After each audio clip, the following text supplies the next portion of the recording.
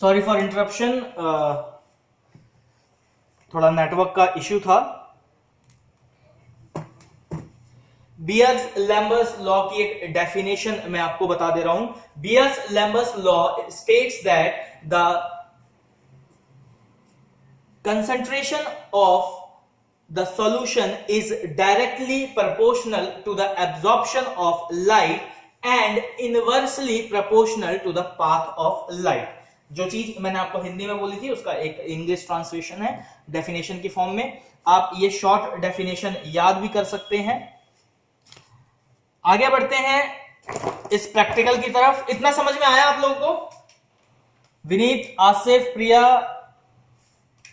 अंजलि, ठीक है, ओके। ये प्रिंसिपल का फॉर्म था, एक शॉर्ट में मैंने समझा दिया आपको। अब मटेरियल रिक्वायर्ड समझ लेते हैं। तो मटेरियल रिक्वायर्ड में क्या क्या है, आपको क्या चाहिए?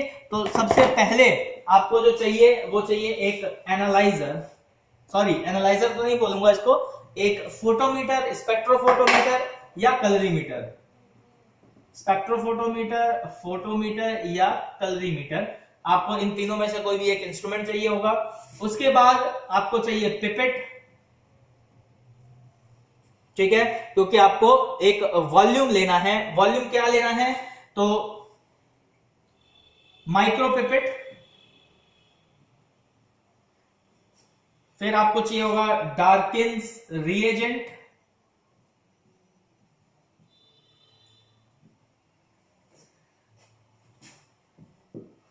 और कुछ कैलकुलेशन के फॉर्मूले, ठीक है। तो ये एक बेसिक चीजें चाहिए होंगी आपको। स्पेसिमेन ब्लड सैंपल में आपको चाहिए होगा EBTA ब्लड सैंपल।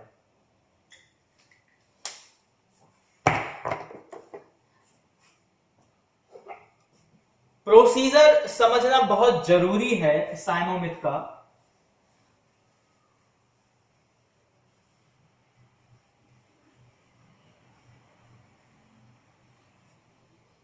इससे पहले वाली जो पार्ट की वीडियो है सेम हीमोग्लोबिन साइनोमिथ मेथड की, उसमें थोड़ा डेफिनेशन को लेके स्टार्टिंग में प्रॉब्लम है, तो आप नेक्स्ट वीडियो को चेक कर सकते हैं। जो यूट्यूब पे वीडियो देख रहे हैं बच्चे उनके लिए, और जो ऑनलाइन है उनको ये चीज समझ में आ गई होगी डेफिनेशन का पार्ट। तो हम आ जाते हैं सीधा इसके प्रोसीजर पे। तो बात करते हैं प्रोसीजर की, यानी हम यहां बात करेंगे एसओपी के साथ के प्रोसीजर की, ठीक है, स्टैंडर्ड ऑपरेटिंग प्रोसीजर, जो हम साइनोमिक मेथड के लिए साइनोमिक मेथड यूज करते हैं हीमोग्लोबिन एस्टिमेशन निकाल करते वक्त। तो सबसे पहला होता है आपको पिपेटिंग करनी होती है, ठीक है। तो पिपेटिंग कैसे की जाती है? तो पिपेटिंग करने का तरीका होता है टेस्ट, स्टैंडर्ड और ब्लैंक, ठीक है। 3 टेस्ट ट्यूब हो जाती है आपके साथ में, और यहां आ गया आपका रिएजेंट, ठीक। इस तरीके से एक चार्ट टेबल टाइप बनती है। फिर यहां पे आएगा टेस्ट, स्टैंडर्ड और ब्लैंक। क्लियर हो गया? ये चार्ट मैं इसलिए समझा रहा हूं क्योंकि ये हमेशा जब भी आप किसी भी इंस्ट्रूमेंट पे वर्क करेंगे तो आपको इसी तरीके से वर्क करना होगा।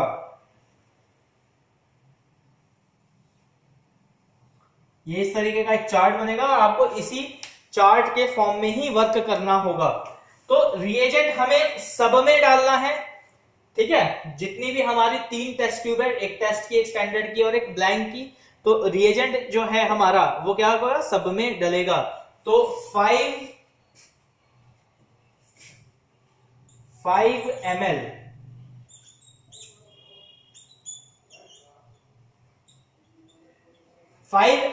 रिएजेंट आपने तीनों टेस्ट ट्यूब में डाल दिया। आपको 3 टेस्ट ट्यूब लेनी है, एक पे टेस्ट लिखना है, एक पे स्टैंडर्ड और एक पे ब्लैंक मेंशन करना है। तीनों में 5-5 ml आपने रिएजेंट डाल दिया है। उसके बाद जो आपका काम होगा, तो ब्लैंक में आप डिस्टिल वाटर डालोगे या कुछ भी मत डालो, ठीक है, उसको एज इट इज छोड़ दो। ब्लैंक का मतलब होता है ब्लैंक छोड़ना उसे। उसमें आप, हाँ स्टैंडर्ड है 20 माइक्रोलीटर, ठीक है, 20 माइक्रोलीटर आप, या इसको आप ऐसे समझ लें, एमएल है तो एमएल में के फॉर्म में ही समझे, वरना 0.02 ml। अब आपको एमएल की कैलकुलेशन में दिक्कत नहीं आएगी। तो 0.02 ml आपने इसको ब्लैंक छोड़ दिया, इसमें डिस्टिल वाटर डाल दीजिए ब्लैंक में, सबसे बेस्ट तरीका होता है। स्टैंडर्ड वाले में आपने, स्टैंडर्ड में जो इसका स्टैंडर्ड आता है रिएजेंट के साथ ही एक स्टैंडर्ड भी आता है, उसमें आप डालेंगे 0.02 ml, स्टैंडर्ड डाल दिया। और टेस्ट में आप डालेंगे ब्लड सैंपल, याद रखिएगा टेस्ट में आपका ब्लड सैंपल होता है, तो इसमें 0.02 ml आपने ब्लड सैंपल डाल दिया। इतना क्लियर हो गया कि पिपेटिंग आपको किस प्रोसीजर में करनी है। ये एक चार्ट है, ये चार्ट हमेशा याद रखिएगा, यही फॉर्मेट होता है चार्ट का, बस ये वैल्यूज बदलती रहती हैं। हर टेस्ट के लिए रिएजेंट की एक अलग वैल्यू है, सैंपल की एक अलग वैल्यू है। इतना क्लियर हो गया? सर एक बार और बता दीजिए। एक बार और समझा देते हैं भाई। सबसे पहले आपने 3 टेस्ट ट्यूब लेगी, ठीक है, एक पे लिखा टेस्ट, एक पे लिखा स्टैंडर्ड और एक पे लिखा ब्लैंक, लेबल कर दिया उसको, कहने का मतलब ये है। उस लेबलिंग के बाद आपने क्या किया भाई, सब में रिएजेंट डाल दिए, क्योंकि यहां क्या है, रिएजेंट का यूज हो रहा है। आपने क्या किया, रिएजेंट डाल दिया। तो रिएजेंट स्टैंड सब में 5-5 ml डालना है, ये फिक्स है क्योंकि अकॉर्डिंग टू एसओपी चल रहे हैं हम। तो स्टैंडर्ड 5-5 आपने ml सबने, तीनों में आपने रिएजेंट डाल दिया। और रिएजेंट क्या है हमारा, ये क्या है, डार्किंस रिएजेंट है, ठीक है, डार्किंस रिएजेंट आपने तीनों टेस्ट ट्यूब में डाल दिया। अब उसके बाद सबसे पहले मशीन का क्या था, 0 सेट करना था, ठीक है। एक मशीन है, उसमें कुछ रीडिंग आ रही होगी, कुछ फॉल्स होगा, तो उसको पहले 0 पे सेट करेंगे। तो 0 सेट होता है ब्लैंक से, याद रखना, कभी भी 0 सेट करना हो तो ब्लैंक टेस्ट ट्यूब से 0 सेट किया जाता है, ठीक है। तो आपने 0 सेट कर लिया ब्लैंक टेस्ट ट्यूब से। उसके बाद आपने उसको चेक करना है कि क्या हमारा 0 एक्यूरेटली सेट हुआ है कि नहीं हुआ। तो उसका क्या तरीका है, तो एक फिक्स स्टैंडर्ड वैल्यू वाला सैंपल चलाना है, तो वो आता है स्टैंडर्ड, ठीक है। एक स्टैंडर्ड, उसमें जिस रिएजेंट बॉक्स में आप रिएजेंट आपका आता है उसी में एक स्टैंडर्ड वैल्यू वाला एक साथ में सैंपल भी रहता है, तो उसको आपको डालना है, ठीक है। फिर उसमें डालने के बाद उसको आपको लेना है रीडिंग की, स्टैंडर्ड की क्या रीडिंग आई। फिर उसके बाद आप लोगे टेस्ट की रीडिंग, यानी जो ब्लड सैंपल आपको रन करना था, जिसका चेक करना है कि हीमोग्लोबिन कितना है, तो वो ब्लड वाला सैंपल आप लोगे और फिर उसकी रीडिंग निकालोगे। इतना क्लियर हो गया? अंजलि नहीं आया तो फिर बोल दो, मैं दोबारा समझा दूंगा। सर बता दीजिए, नेटवर्क प्रॉब्लम हो गई थी अभी। चलो कोई बात नहीं, YouTube वीडियो आपकी रिकॉर्ड हो रही है, आप बाद में वहां से भी देख सकते हैं। आगे चलते हैं, थोड़ा सा और बेसिक समझ लो। नेटवर्क की थोड़ी सी इश्यू है आज यहाँ पे भी, मेरी भी यहाँ पे वीडियो बीच बीच में पॉज हो रही है।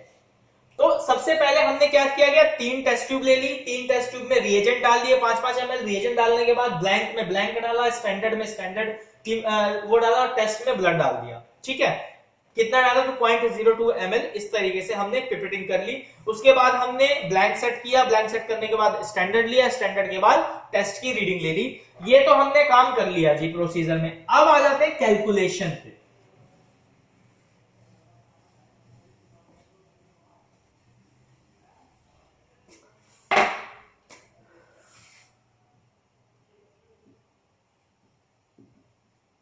बात करते हैं कैलकुलेशन की। तो हमने 3 चीजें करी थी। क्या किया था जी, तो ब्लैंक सेट किया था और स्टैंडर्ड का रीडिंग ऑब्जर्वेशन लिया होगा और टेस्ट का ऑब्जर्वेशन लिया होगा। तो ब्लैंक की तो यहां पे कोई जरूरत नहीं है, वो तो खाली सेट करने के लिए था। अब हमें जरूरत किसकी है, तो हमें जरूरत है स्टैंडर्ड और टेस्ट वैल्यू की। तो OD of test upon OD of standard into 15। अब ये ओडी क्या है भाई, दिमाग में आ रहा होगा ना कि ओडी क्या है, ऑप्टिकल डेंसिटी क्या है। ये तरीका है एचबी निकालने का साइनोमिक मेथड से, ठीक है। तो optical density of test, optical density, optical density की बात की जा रही है, यानी ओडी को जो डिनोट किया जा रहा है वो ऑप्टिकल डेंसिटी से डिनोट किया जा रहा है। तो optical density of test upon optical density of standard into में 50। तो ये एक आपका रिजल्ट बन के आ जाएगा कि आपका क्या वैल्यू था। स्टैंडर्ड की वैल्यू हमेशा गिवन होगी। जब आप ये निकालोगे ना तो इसका एक रेशियो गिवन होगा, उस रेशियो के बीच में ही आना चाहिए। अगर उस रेशियो से कहीं भी एग्जिट हो रहा है, नॉर्मल हाई नॉर्मल लो के बीच में अगर नहीं आ रहा, उससे कहीं अबव जा रहा है या बिलो जा रहा है, इसका मतलब आपकी मशीन में कोई इफेक्ट है या आपका रिएजेंट कोई प्रॉब्लम कर रहा है, ठीक है। तो फिर से आपको एक बार ब्लैंक और स्टैंडर्ड दोबारा बनाना पड़ेगा, दोबारा करना पड़ेगा। तो ये इसका एक कैलकुलेशन फेज था। अब इसके एडवांटेज क्या क्या है, इतना समझ में आया? हाँ जी, इतना समझ में आया?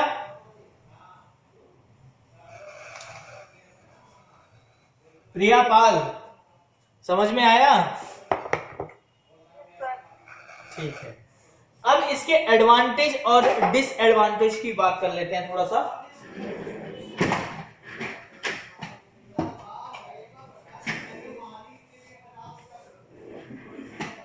साइनोमिक मेथड का जो सबसे बड़ा एडवांटेज है वो ये है कि इसमें सोर्स ऑफ एरर जो है वो कम हो जाता है। बस एक पिपेटिंग एरर ही रहता है, इंक्यूबेशन का कोई इसमें लेना देना नहीं है। तो इंक्यूबेटिंग एरर नहीं, सिर्फ एक अकेला पिपेटिंग एरर है।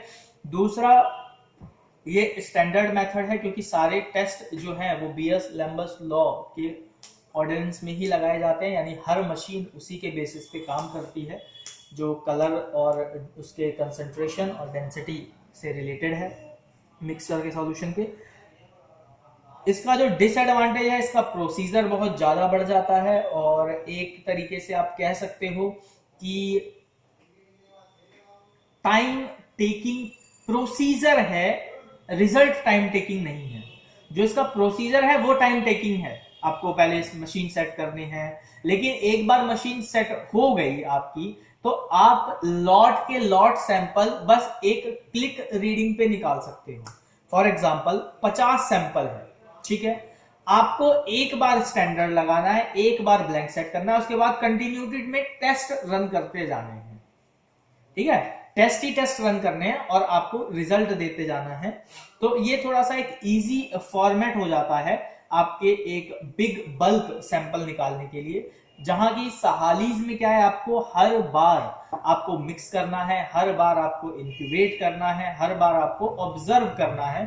तो वहां पे आपको जो इंस्ट्रूमेंट्स हैं वो चाहिए और आपके साथ में वर्किंग प्रोसीजर जो है वो थोड़ा सा लेंदी हो जाता है उस टाइम पे। सिंगल टेस्ट के लिए तो चीपेस्ट है सहालीज मेथड, बट अगर एक लॉट की एक बड़े बल्क की सैंपलिंग की बात की जाए तो उसमें आपका साइनोमिक ज्यादा फंक्शनेबल हो जाता है। तो ये आज की वीडियो, आज की क्लास थी साइनोमिक हीमोग्लोबिन मेथड पे। उम्मीद करता हूं कि आपको ये चीज समझ में आई होगी। और स्टार्टिंग का पार्ट 1 की वीडियो के लिए एक्सट्रीमली सॉरी, थोड़ा नेट की वजह से और थोड़ा दिक्कत आ गई थी, तो स्टार्टिंग की क्लास में थोड़ी प्रॉब्लम थी, लेकिन आप जब दोनों पार्ट देखेंगे तो उम्मीद करता हूं आपको साइनोमिक मेथड पूरा समझ में आएगा। आज के लिए इतना ही, थैंक यू।